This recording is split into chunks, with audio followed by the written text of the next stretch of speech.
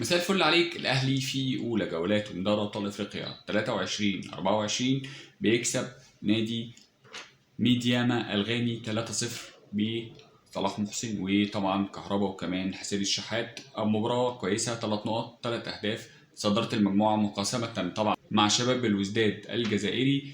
والاهلي النهارده عمل مباراه كبيره، مباراه فيها حتت فنيه، نتكلم في كل حاجه مع بعض. بس يلا بينا نبدا الفيديو. لو اول مره تشوفني تعمل لايك للفيديو واشتراك في القناه عشان يوصلك كل جديد، وبشكر الاثنين اللي عملوا لنا اشتراك في القناه، بقينا 4. بشكركم جدا، ان شاء الله نكبر اكتر. تشكيل النهارده في حراسه المرمى: محمد الشناوي، محمد هاني، ومحمد عبد المنعم، ياسر ابراهيم، كريم الدبيس اللي عمل مباراه كويسه، واليو ديانج وامام عاشور على اليمين، كريم فؤاد على الشمال، حسين الشحات، وراس حربه محمود عبد المنعم كهربا. في الدقيقة 3 كورة تتسقط من مروان عطية على رجل إمام عاشور، واخد باله إن الحارس طالع، يرفعها له وان تاتش، تخبط في العارضة، تنزل لمحمود كهربا اللي برضه يحطها في نفس العارضة، وتترد الهجمة برضه لإمام عاشور بعد كده وتنزل في إيد الحارس. دي كانت أخطر هجمة في بداية المباراة.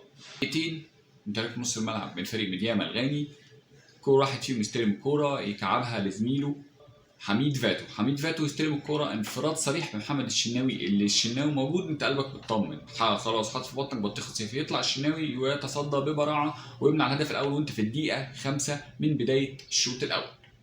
اللعب فريق ميدياما النهارده كرات طوليه، ضغط على نص الملعب ولكن مش قوي جدا، لكن هو دايما بيحب يضغط على المدافع، الكرات الطوليه خلف المدافعين، والاهلي كان واخد باله كويس جدا من الحته دي وقدر يسيطر عليها. في الدقيقة 20 انطلاقة رائعة من كريم فؤاد اللي يقطع الكرة من قبل نص الملعب ويفضل ماشي ويعدي واحد واثنين زي الطلقة، وفي الآخر يعملها عرضية تعدي من لاعب الأهلي، وزي الحلاوة تعدي من قدام اللاعب بتاع النادي الأهلي، المفروض يحطها جون ولكن تعدي منه وضيع مجهود كريم فؤاد في الدقيقة 20. الدقيقة 28 حسين الشحات يشوط واحدة قوية جدا والحارس يتصدى لها، وكان بيجرب سلاح التسديد. كل ده النادي الأهلي بيحاول محاولات قوية جدا في أكتر من كورة، ولكن برضه فريق ميدياما قوي ومتصدي لكل هجمه. هجمات كتير من النادي الاهلي ولكن ينتهي الشوط الاول ب 0-0. النادي الاهلي بيحاول بيعمل كور كتير، كورتين في العارضه في هجمه واحده، اكتر من كوره عرضيه تعدي، اكتر من كوره ركنيه، بدون فاعليه، بدون اللمسه الاخيره، بدون مايسترو نص الملعب اللي ده عمله كولر بعد كده في الشوط الثاني. الشوط الثاني عرضيه من كريم فؤاد في الدقيقه 49 تنزل محمود كهربا اللي يحطها في الناحيه اللي واقف فيها الجون، ولكن يتصدى لها برضه الجون اللي على فكره شال اكتر من كوره من هجوم الاهلي كله مش كهربا بس. في الدقيقه 54 كوره خطيره جدا من محمد هاني سلام للشحات لامام، اللي كان في بينهم تفاهم كتير جدا بين امام والشحات، تروح لامام، امام يحطها في الزاويه اللي واقف فيها الجون اللي هي الزاويه الضيقه الشمال، كان لو حطها في البعيده اللي هي على يمينه هو على شمال الحارس كانت بقت احسن وافضل، في الزاويه الفاضيه كان يبقى الهدف الاول للنادي الاهلي، لكن امام حطها في الزاويه الصغيره الضيقه اللي هي في ايد حارس المرمى. في الدقيقه 60 مارسيل كولر غير من الكواليتي بتاعه، قال لك انا نازل اليو ديانج من الاول عشان ادافع قدام مين؟ الفرقه دي اصلا مش على مستوى نقدر نلاقي اليو ديانج عشان اقدر ادافع قدامها، احنا نطلع اليو ديانج وطلع كمان كريم فؤاد اللي عمل مباراه كويسه واداء كويس، ونزل مكان كريم فؤاد بيرسي تاو، ونزل مكان قفشه مكان ديانج. قفشه اللي قلب الدنيا، قفشه اللي مسك عصايه المايسترو وقدر يحرك هجوم الاهلي. 65 امام عاشور جرب سلاح التسديد بس هو ما كانش قاصد يسدد، هو كان يحطها موزه في البعيده، يحطها امام عاشور ياخدها كهربا غصب عن الكوره وغصب عن امام ويحطها زي الصقر رأسيه. الهدف الاول لمحمود عبد المنعم كهربا في الدقيقه 65.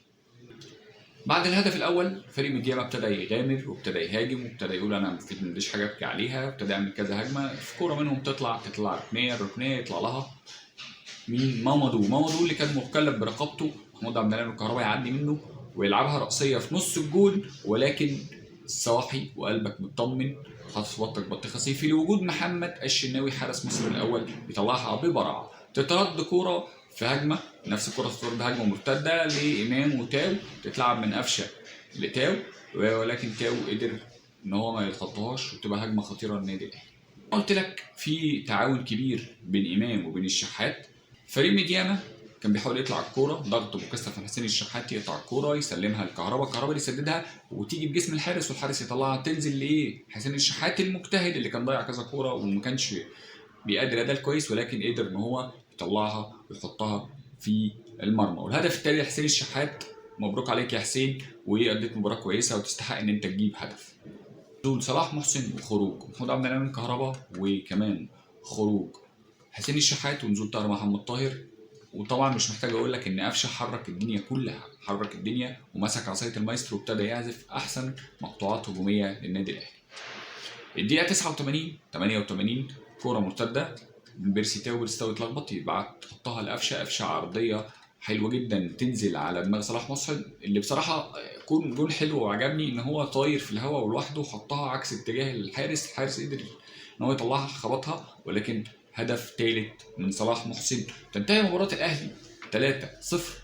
الاهلي عمل مباراه كويسه، ادى، احرز اهداف، ابتدى ان هو شق مشوار الافريقي متصدر طبعا مناصفه مع شباب لوزات اللي كسب برضه يانج افريكانز 3-0 امبارح. ومبروك للنادي الاهلي، 3 نقاط غاليين.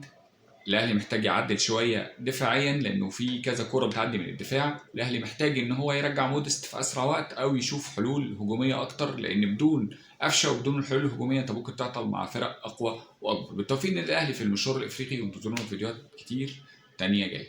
لو انت بتتفرج على لغايه دلوقتي بشكرك جدا انك استنيتني وسمعتني للاخر. متنساش تعمل لايك للفيديو واشتراك في القناه، انتظر فيديوهات تانية جديده، وان شاء الله بكره نعمل فيديو بعد مباراه الزمالك وابو سليم في الكونفدراليه. شكرا.